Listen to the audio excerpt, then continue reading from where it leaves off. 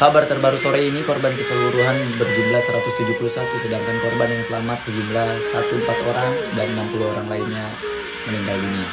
Pondok Pesantren Al-Khazini Buduran, kami mengucapkan bela sungkawa sedalam-dalamnya untuk keluarga Pondok Pesantren Al-Khazini, khususnya untuk wali santri yang putra-putranya gugur dalam keadaan tolabul ilmi, yang kami yakin gugurnya dalam keadaan husnul khatimah.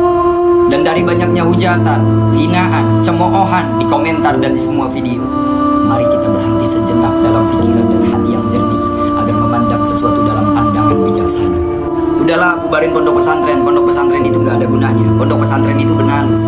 Kalian semua harus tahu bahwa Ponpes Al-Khazini berdiri di tahun 1927, 18 tahun sebelum kemerdekaan. Dan itu artinya para masyayikh, para guru, para alumni dan santri di Al-Khazini adalah mereka yang membantu kemerdekaan Republik Indonesia dengan mengusir penjajah di masanya. Kedua, atas apa yang terjadi di Ponpes Al-Khazini, runtuhnya sebuah bangunan musola yang di bawahnya terdapat santri yang sedang menunaikan sholat, itu sangat memukul hati kami. Tapi itulah cara Allah menunjukkan kemuliaan seorang hamba. Boleh jadi Allah bisa saja meruntuhkan itu tanpa adanya santri di bawah. Kenapa Allah baru meruntuhkan ketika adanya santri? Kemuliaan seorang santri, bahkan dalam keadaan sholatnya beliau wafat, bahkan dalam keadaan menuntut ilmunya beliau wafat. Ini adalah sebuah kemuliaan, dan mereka semua wafat dalam keadaan husnul khatimah.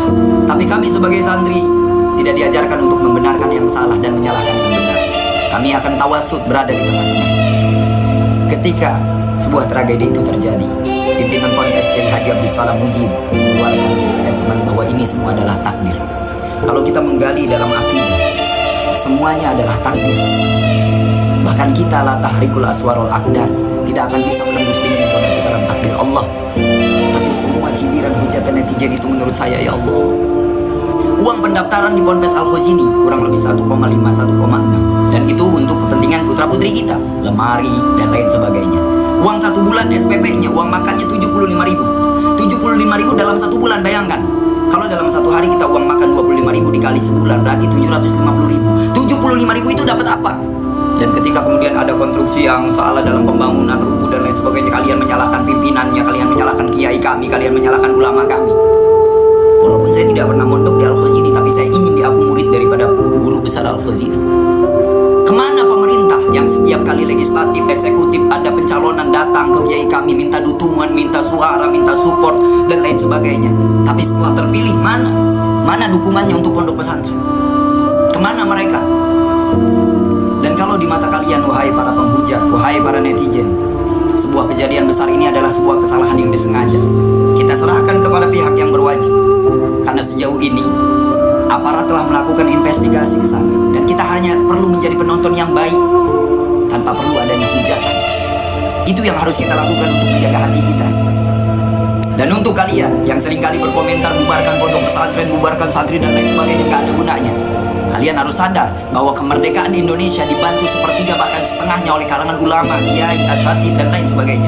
Bagaimana resolusi jihad di Surabaya disuarakan oleh Kiai Haji Hasyim Asy'ari, oleh Kiai Haji Abbas Buntet, itu oleh para ulama dan para santri. Ingat, pesantren adalah benteng terakhir yang akan melindungi anak-anak kita dari virus-virus sosial media, dari banyaknya orang-orang yang berani terang-terangan maksiat, yang sudah tidak memiliki adab, akhlak, tata krama kepada orang tuanya. Pondok pesantren mengajarkan akhlak. Pondok pesantren mengajarkan budi pekerti. Pondok pesantren mengajarkan moralitas di saat moralitas itu sudah mahal harganya. Pondok pesantren mengajarkan rasa malu di saat rasa malu itu sudah tidak ada harganya. Dan mungkin Kiai Al-Khazini tidak berhasil membuat sebuah bangunan yang megah, tapi beliau berhasil mencetak generasi-generasi yang soleh. Bagaimana kita lihat dengan kesedihan hati ketika ada seorang santri yang terluka dalam keadaan diinfus tetap melaksanakan sholat. Allahu Akbar.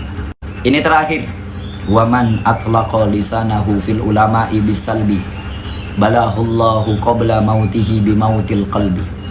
Kalau kita senantiasa mencibir, menghujat orang-orang alim, orang-orang soleh, padahal tidak tahu apa faktanya dan kebenarannya, Allah akan mematikan hati kita sebelum kita mati. Nauzubillahi min dzalik.